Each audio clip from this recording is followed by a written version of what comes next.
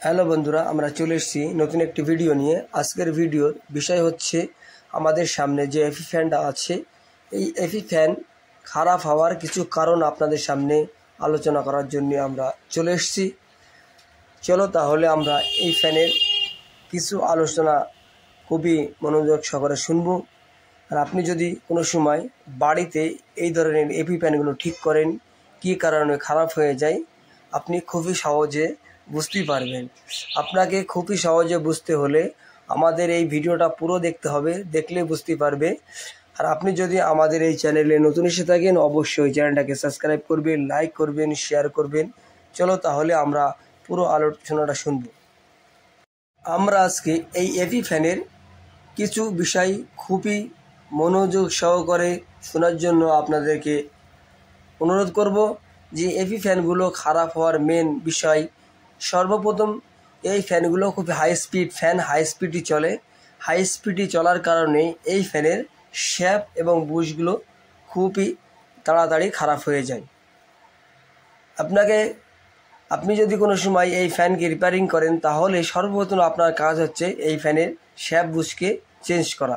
এগুলো high speed table fan, high speed চলার কারণে এই ফ্যানের শ্যাপ বুশগুলো বেশি খারাপ হয়ে যায়।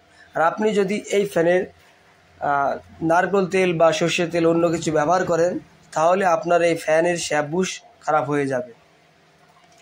দ্বিতীয় কথা, যে এই ফ্যানগুলো অ্যালুমিনিয়াম কয়েল হয়, আপনাকে রিপেয়ারিং করার সময় খুবই সাবধানের সাথে রিপেয়ারিং করতে হবে, খুলতে হবে এবং লাগাতে হবে।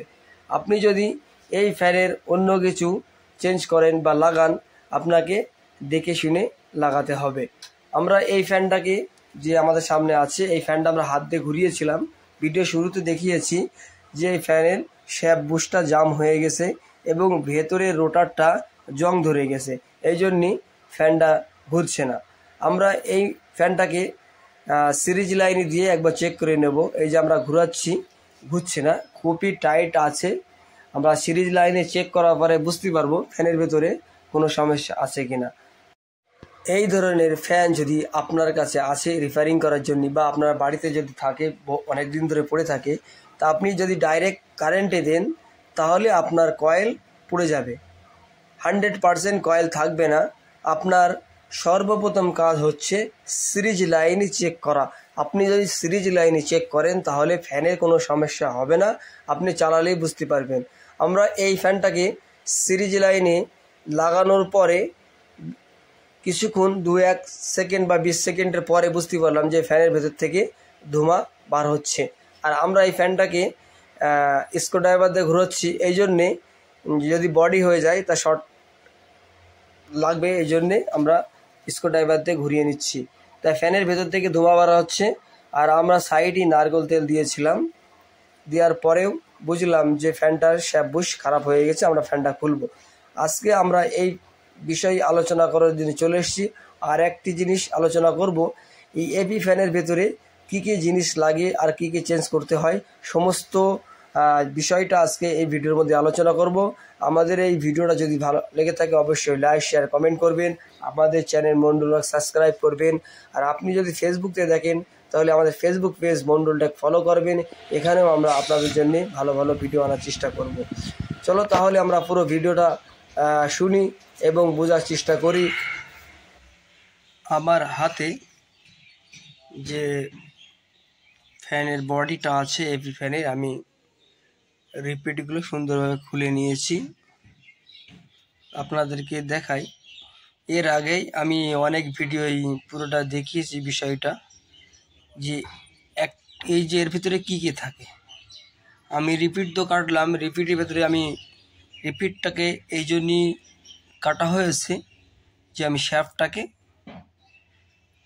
চেঞ্জ করব এবং শ্যাপের সাথে সাথে বুশটাকেও চেঞ্জ করব। এই যে আমি এই নতুন শ্যাপ বুশ নিয়ে এসেছি, একে চায়না শ্যাপ বুশ বলা হয়, চায়না নামে পরিচিত। আমি নিয়ে এসেছি, এই শ্যাপটাকেও চেঞ্জ করব এবং বুশ কাকে বলে, এই যে একে বুশ বলা হয়, একে চায়না শ্যাপ বুশ বলা হয়। আমি এটাকে এনেছি, চেঞ্জ করব। কিভাবে এটাকে চেঞ্জ করি পুরোটাই ভিডিওর মধ্যে আমি বোঝানোর বা দেখানোর চেষ্টা করব। এই যে এর ভিতরে একটা ঢাকনা আছে, এই যে ঢাকনা, এটা কিভাবে ছিল আমরা লাগানোর সময় আমি দেখানোর চেষ্টা করব। এর সাথে আছে একটা পাতির স্প্রিং,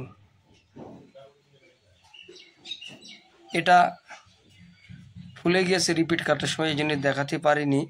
আমি লাগানোর সময় পরিষ্কারভাবে ভিডিওর মধ্যে দেখাবো। আর থাকে এই যে শ্যাপ,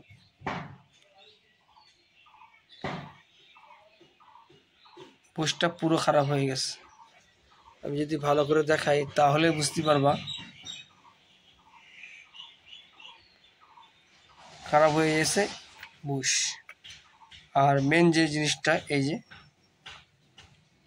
তুলো টাইপে থাকে, এর কাজ হচ্ছে এটাকে ভিজে থাকে, আমরা মোবিল দিলে এটা এই ভেতরে আটকে যায়।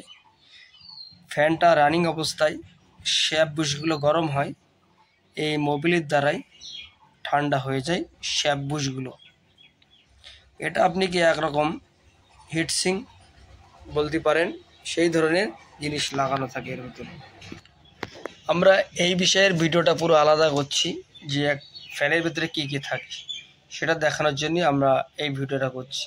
এটা হচ্ছে রোটার আছে, রোটারের সাথে এই যে এই শ্যাপটা, এই যে লম্বা টাইপের যেটা আছে শ্যাপ, এটা শ্যাপটাকে খুলবো আমরা। এর সাথে থাকে দুই সাইডে দুটো এই যে এই মাদুলি টাইপে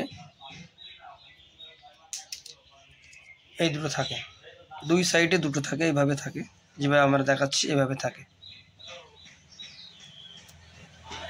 আর এই যে ভেঙে গেল এইগুলো,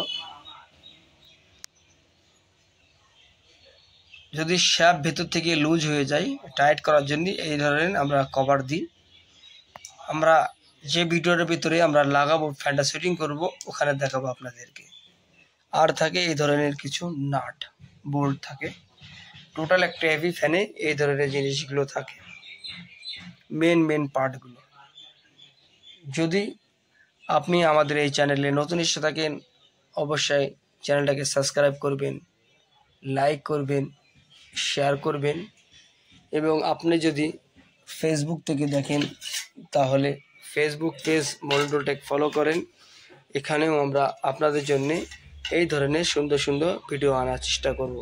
ভালো থাকবেন, সুস্থ থাকবেন। আপনাদেরকে দেখাবো এই ফ্যানের ফুল ভিডিওটা নিয়ে আসব, সেখানে আপনি পুরো সেটিং ভিডিওটা দেখে নিতে পারবেন। আমরা এখানে মেন বিষয় যে আলোচনা করলাম যে ফ্যানের ভিতরে কী কী থাকে আর কিভাবে লাগাতে হয়, সেটিং করতে হয়, আমরা আলাদা একটি বিষয় নিয়ে আলোচনা করার জন্য এসেছি।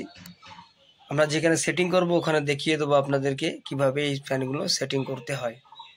আমরা বডিটা ওপরে রেখে দিয়েছি, এই যে ওপরে মানে সিরিজ লাইনে চেক করার জন্য ওপরে রেখে দিয়েছি, ওটা ঠিক আছে কি ওটা আলাদা একটি বিষয়। মেন যে বিষয় আলোচনা করার জন্য এসেছিলাম যে এপি ফ্যানের ভিতরে কি কি গুরুত্বপূর্ণ জিনিসগুলো থাকে, এই যে এই জিনিসগুলো আপনি পাবেন।